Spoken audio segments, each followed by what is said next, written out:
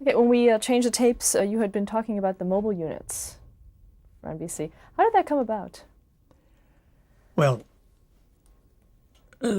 sports and being on the scene for special events is what television's all about. And right from the beginning, they created portable cameras and a mobile unit control that carried these cameras to locations.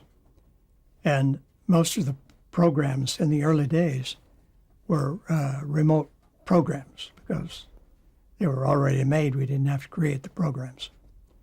So the mobile unit was rolling almost every day to events.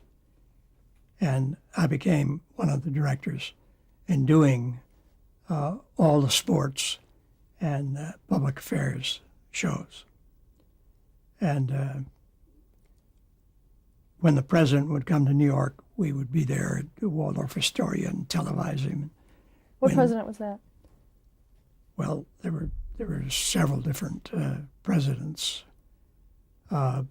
We would also, when important people came to town, like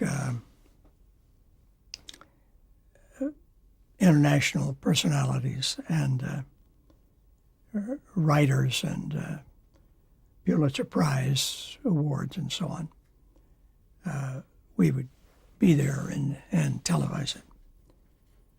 And I enjoyed doing those things, but I was always working toward doing plays in the studio. That was my goal. And as much as I could, I tried to work on those shows. And I was the only stage manager, so I worked on all of the dramas that were done. And there were 3 or 4 directors at NBC in the early days, Tony Buntsman and Warren Wade and Ed Sobel. They were all theatrical people, and they would occasionally do a drama, which was an enormous undertaking for our small staff and our small space. But I wanted to get into that myself, and so I kept working toward that goal. And whenever there was a show to direct in the studio, I'd volunteer to do it, even though it may not be a drama, but a variety show or personalities in town or celebrity night. We'd invite a lot of important people to come in, and I always got on those smaller shows. And it wasn't until after the war, actually, that I got to do some dramatic shows. Can you describe the studio? You said you were with Studio 3H? Is that... 3H was the only studio that NBC had for television. It was an old radio studio. And they took over 3H, and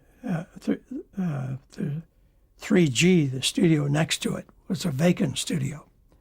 So we made that our prop room. And we put furniture and draperies and effects that we needed in there, and props. And the 3rd floor and the 8th floor of NBC were occupied at that time with radio studios. But the floors in between were not, they hadn't been finished yet. Radio City was built in the late 30s, and they hadn't expanded radio to use up all that space. So television came in and took over that empty space and installed television studios in those empty areas. So the sixth floor became a very active studio floor for television, and eventually we took over the eighth floor as all television. So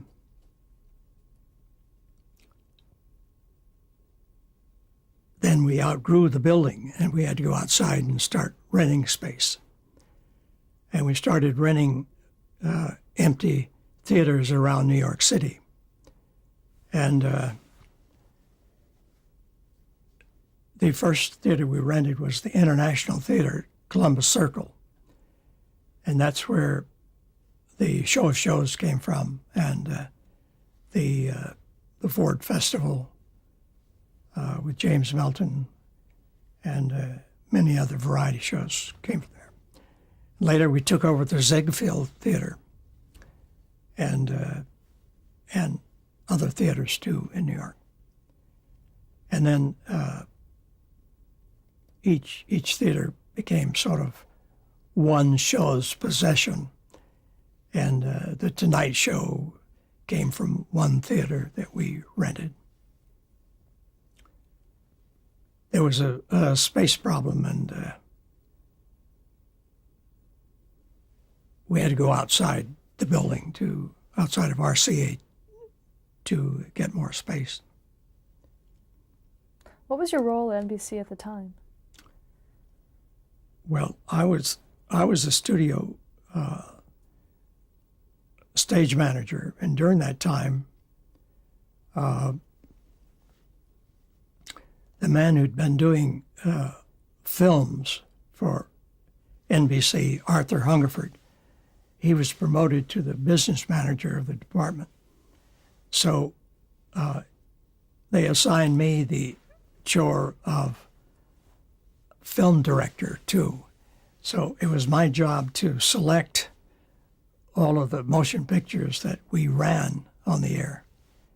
And so we had established contracts with several Hollywood studios.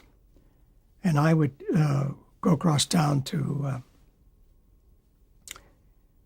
the film studios and screen films and select films that I thought was appropriate. And most of these were Westerns and adventure stories. And then I would schedule these films. They would have blocks in the schedule that I had to fill with film. And we'd rent the film, and all this was on nitrate stock. And when the films would be delivered, I would cut the films to size. I'd chop into the prints to trim them down to the airtime we had. And then after the broadcast, I'd have to resplice the films. Now, what did nitrate stock, what did that mean as far as your work? The 35 millimeter film was on a stock made of nitrate, which is highly flammable, almost explosive. And you have to handle it with special care. The storage room had to be ventilated to the outside. And all the films came in steel boxes for fire protection. Of course, that's all been done away with now. It's on safety stock, so you don't have to worry about that. But as well as being the studio stage manager and doing sporting events, I would also work on the films. We doubled in brass. What criteria did you use to select a film for television? Just my own personal taste, and there were standards, of course, that I knew, broadcast standards, that television inherited from radio. And we adhered to those standards. A lot of our shows were altered by the continuity department. Every dramatic script that we put on the air had to go to the continuity department, and they read it And if there was language in there that they didn't approve of, they said this had to be deleted. They would bracket those words. Was that true also pre-war? No, not pre-war, because we hadn't refined things that much. But they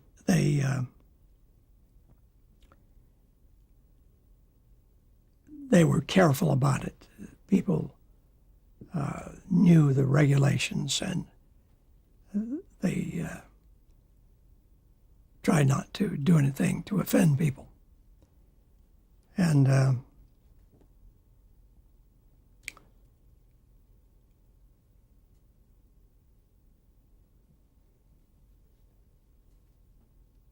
when the war started, Pearl Harbor, and we declared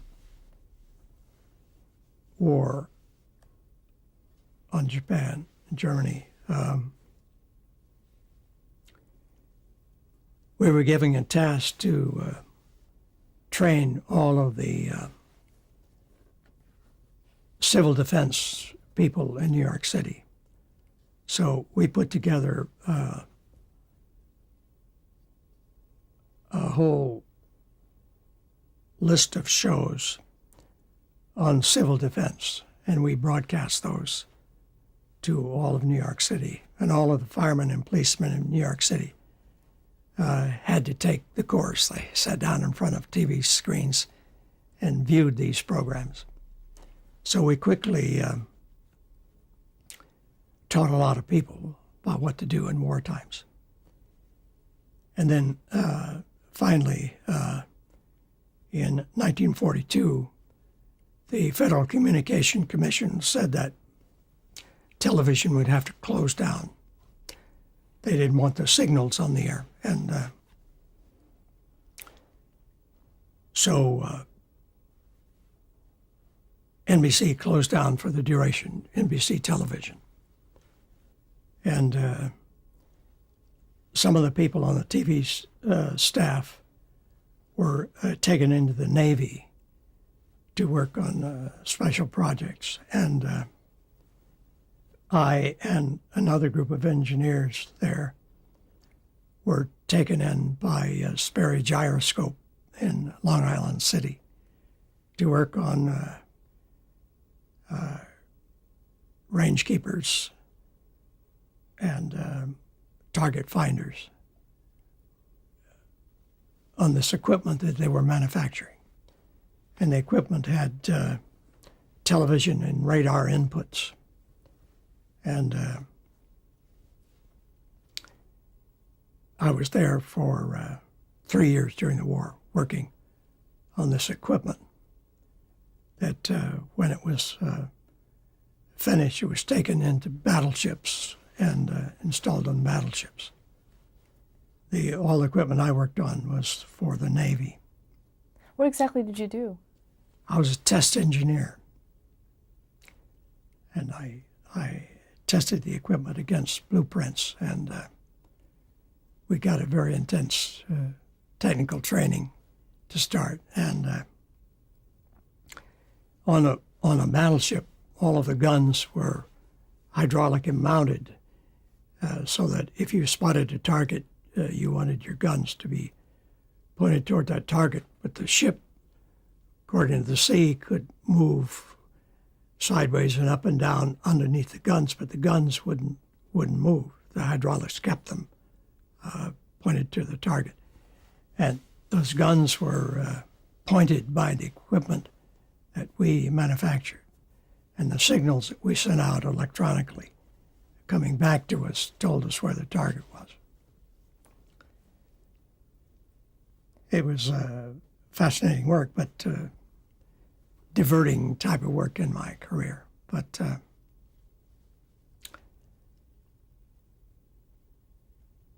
I was lucky. I didn't have to go to the war, although in the beginning I did apply for that Navy unit. I did want to go in the Navy.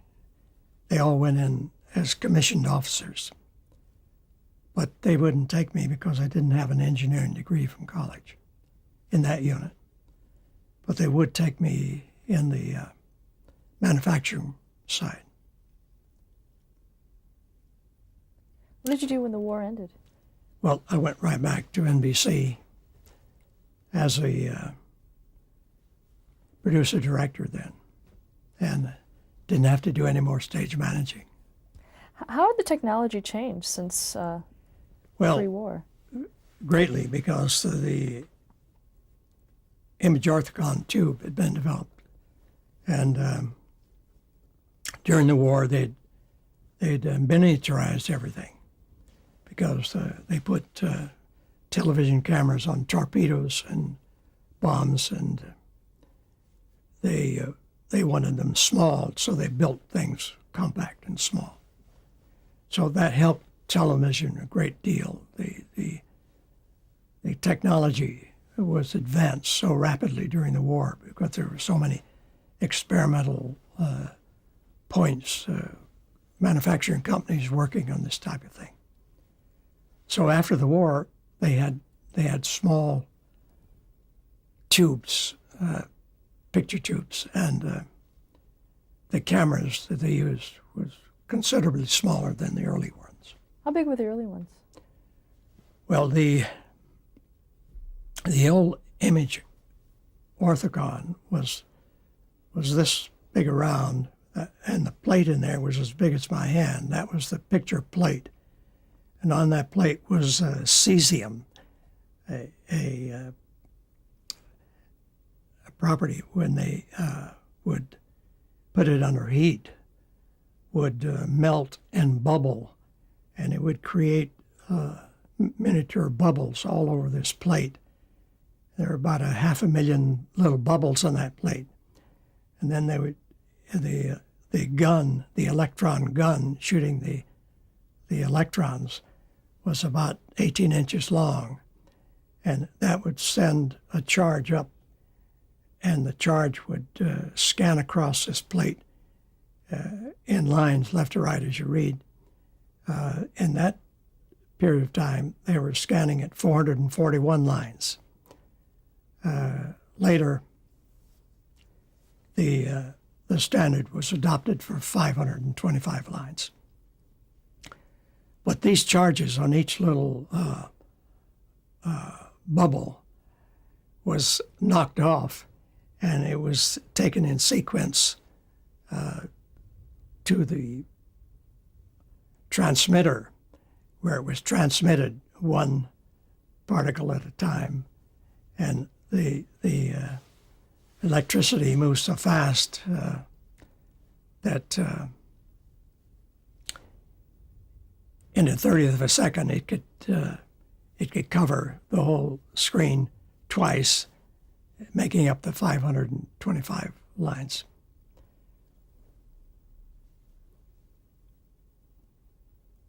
So the early tubes were this big around with this long tail on them, the electron gun. And then after the war, the tubes were about the size of a cucumber. And then when color came along, they added 3 tubes for the primary colors, and they were focused electronically together at the base. But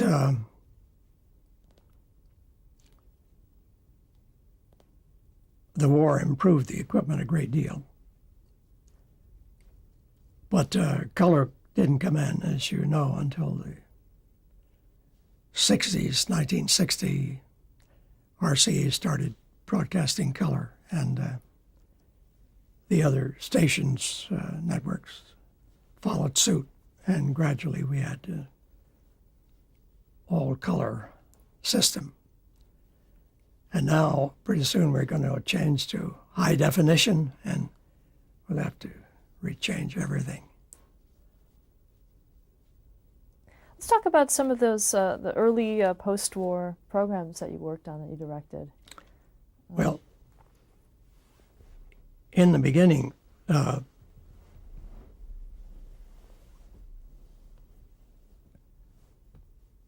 remote programs filled up most of our schedule because we didn't have to bill those shows. So we took advantage of all of the sporting events and special events. But we started building shows, and the Chevrolet Teletheater was one of our first dramatic series, half-hour dramas. And those were weekly programs with stars. We started using well-known actors who hadn't appeared on television before, most of them. And we spent the money to get those stars, which hadn't ever been done before in television. Okay. That was in 1948? Is that when it started? Yes. And I enjoyed working on those programs, and they were well received. The people started buying television sets at a great rate, and television was booming at that time. Who were some of the stars that you directed early on for Chevrolet Teletheater? Well, I can't remember all of the names now, but to the top of my head,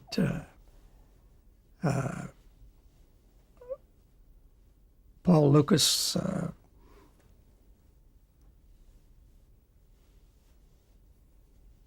Louise Reiner,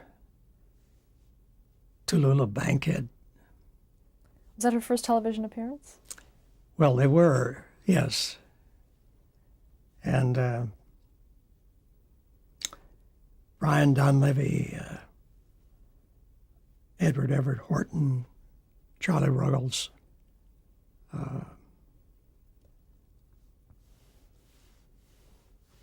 and Jackie Cooper. And there's a whole list of several hundred names I can't recall right now. And we started using actors then that were not known, who were beginning their careers, who are now big stars. I used Jack Lemmon when he first got out of college. I used Grace Kelly, giving her some of the first shows that she did. And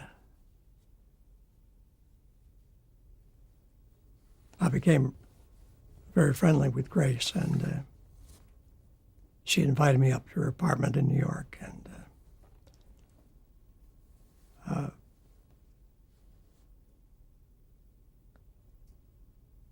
I intended to use her some more, but Hollywood picked her up in 1950. She went out and made High Noon with Cary Grant.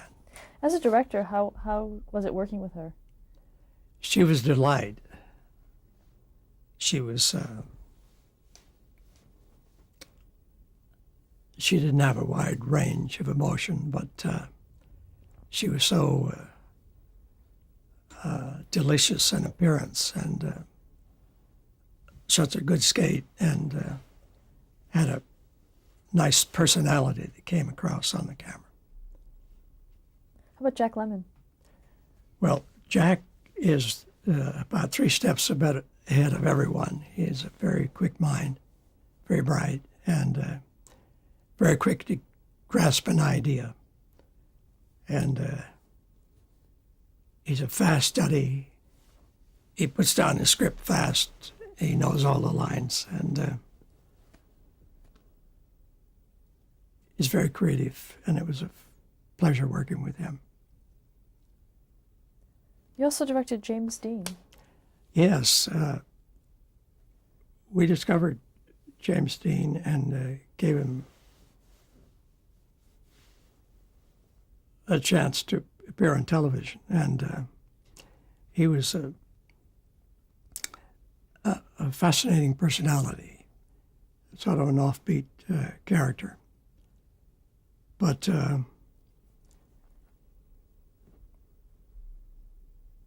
I enjoyed working with him and planned to use him more, but Hollywood picked him up too, and you know the rest. Also on Chevrolet Teletheater, Gertrude Berg made her first appearance on television. Yes, Were you present for that? Were you yes, directing that? yes. She was.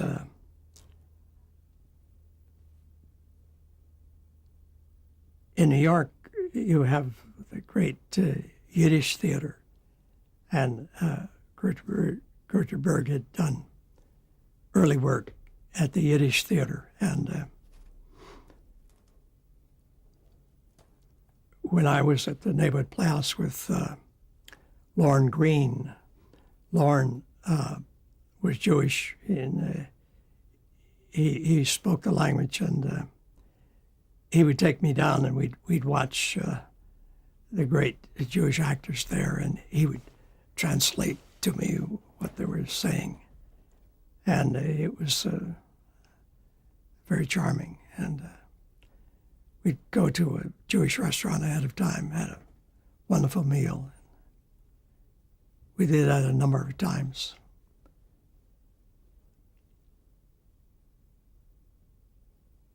And Gertrude Berg was came out of that, and she, of course, did the great series that CBS did.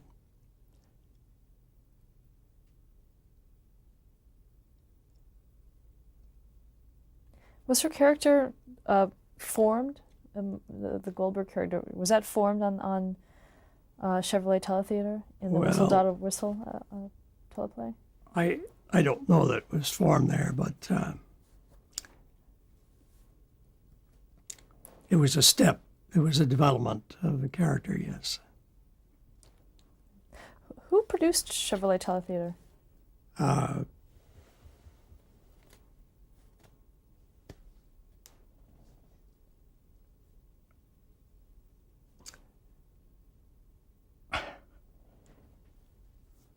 I haven't said his name in so many years.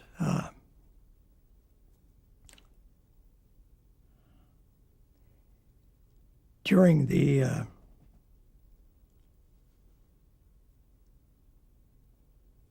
around 1950,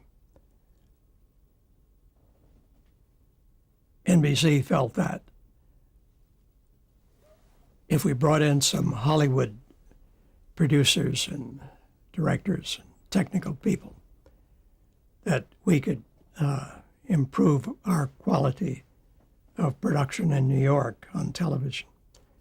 So they brought in about 30 people at one time. And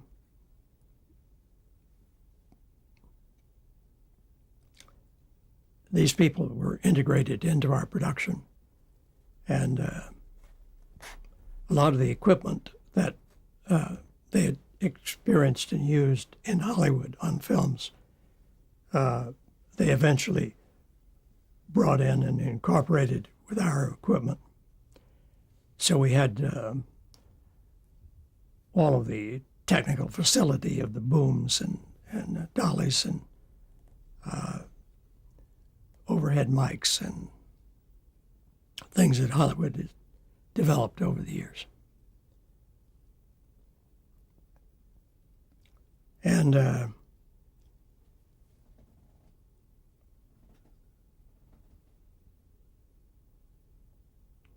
Let's stop there to change the tape.